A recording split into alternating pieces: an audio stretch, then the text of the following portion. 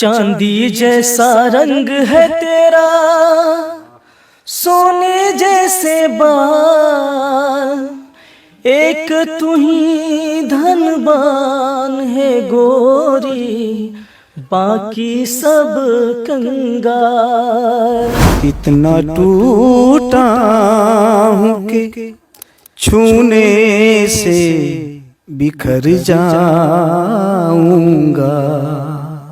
राधा ऐसी भई श्याम की दीवानी कि ब्रिज की कहानी हो गई हो।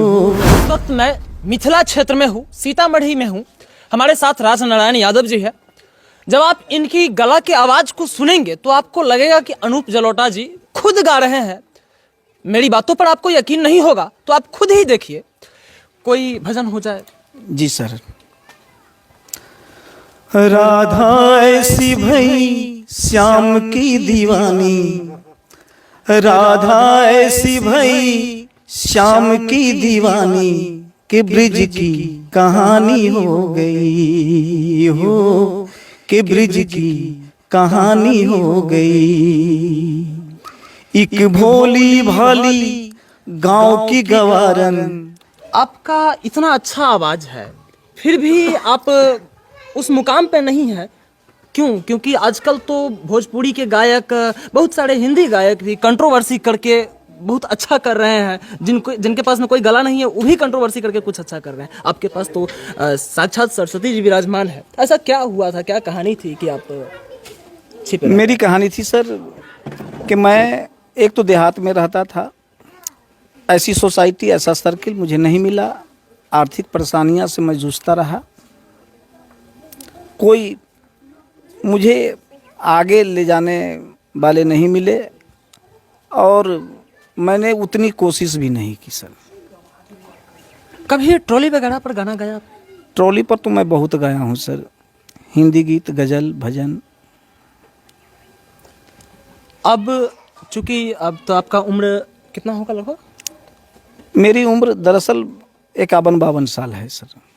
और इस उम्र में आपने फिर से सोचा है कि संगीत को एक... इस उम्र में मैंने तो अपनी इच्छा को दफन कर लिया था।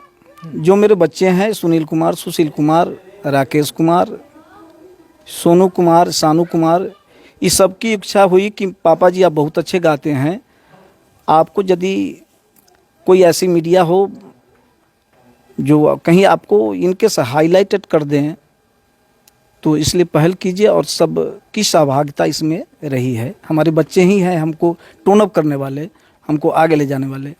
बच्चे अगर अच्छे हो तो माँ बाप अगर कोई सपना देखा और वो सपना पूरा नहीं कर पाया तो बच्चे वहाँ पे अपनी भूमिका निभाते हैं और माँ बाप के सपना को साकार कर देते हैं। अब ये चूंकि अपना गाना तो रखे हैं आपके सामने, अब ऑडियंस डिसाइड करती है कि इनकी गाना में क्या। हालांकि हम तो सुने हैं तो हमको ऐसा लग रहा था कि किसी ओरिजिनल सॉन्ग का सिर्फ वोकल हम सुन रहे हैं। आप अपने बच्चे को भी ट्रेनिंग देते हैं म्यूजिक का? हमारे एक बच्चे गाते हैं जिसका नाम है सुशील कुमार। उसको कभी कभी मैं ट्रेनिंग देता हूं कि बच्चे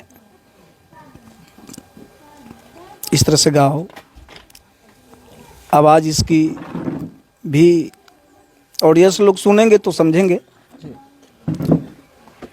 और अभी थोड़ी सी इसमें एक जो संगीत का पैटर्न होता है, संगीत का जो स्टॉपेज होता है, उसका कुछ न कुछ थोड़ा सा अभाव है। फिर भी आप प्रयास कीजिए जो आप गाते हाँ, हैं। प्रयास करते हैं। आप भी गाते हैं ट्रॉली वगैरह पे? हाँ, नहीं, अब छोड़ दिए बहुत दिन से। जैसे कि अब मेरा काम दूसरा है, इसके लिए हम छोड़ चुके हैं इसको। और अच्छा नहीं लगता था अब तो। हाँ, भाई सब कहते हैं कि भैया इस काम में रुचि है, थोड़ा अच्छा लगता है। तो हम सोचे ठीक है, आप लोग कहते हैं तो इसमें हम आएंगे और सुनाएंगे, दर्शकों को अपना आवाज़ देंगे। देखते हैं कैसा लगता है दर्शकों को। वो तो सपोर्ट करना तो दर्शकों का काम है और ऑडिशन का काम है, मेरा तो है नहीं। हम तो गाएंगे और गाने का प्रयास करेंगे कि मेरा आवाज़ कैसा है। बिल्कुल आप गाइए, बाकी तो दर्शक हैं ही। जी, वो तो हम गाएंगे, ऐसे भी गाएंगे। अगर आप लोग का सपोर्ट मिलेगा तो हम जरूर गाएंगे। गाएं। चांदी जैसा रंग है तेरा, जैसे बाल, एक तू ही धनवान है गोरी, बाकी सब कंगाल। चांदी जैसा रंग है तेरा, सोने जैसे बाल, एक तू ही धनवान है गोरी, बाकी सब कंगाल। एक गज़ल मैं सर आपको एक और सुनाना चाहता हूँ। बिल्कुल बिल्कुल।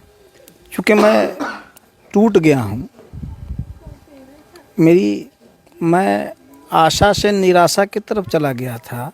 मेरे बच्चे नहीं होते, मेरी इच्छा को इस तरफ यानी मोटिवेट करके नहीं लाते, तो शायद मैं अपनी आवाज़ को दफन ही कर लेता। मैं अपने जीवन के ऊपर मैं आप सब दर्शकों को मैं एक गज़ल सुनाना चाहता हूँ। इतना टूटा हूँ कि छूने से बिखर जाऊंगा, इतना टूटा हूँ कि छूने से बिखर जाऊंगा।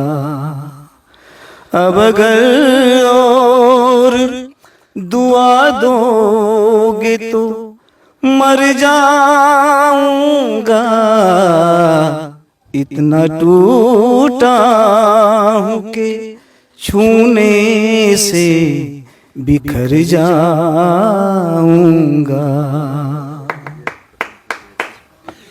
आप खुद ही डिसाइड करिए, खुद ही इस वीडियो को देखिए, और अगर आप एक बार देख करके रह गए तो शायद मैं गलत हो जाऊंगा। आप बार बार इसको सुनेंगे, बार बार आप देखना पसंद करेंगे, ये मेरा दावा है। बाकी ऑडियंस से विनम्र आग्रह है कि इस वीडियो को ज़्यादा से ज़्यादा लोगों तक पहुंचाइए, क्योंकि मिथिला के क्षेत्र में बहुत सारे दिग्गज छुपे हुए प्रतिभा अभी भी है। जैसा कि आपने देखा, पिता पुत्र को एक 60 साल में रिट्राई कर रहे हैं, रिटायर करने के वजह से बजाय, और दूसरा पुत्र का उम्र काफ़ी बचा हुआ है। अगर 2-3 रत्न बच जाते हैं मिथिला से तो ये कम नहीं होगा।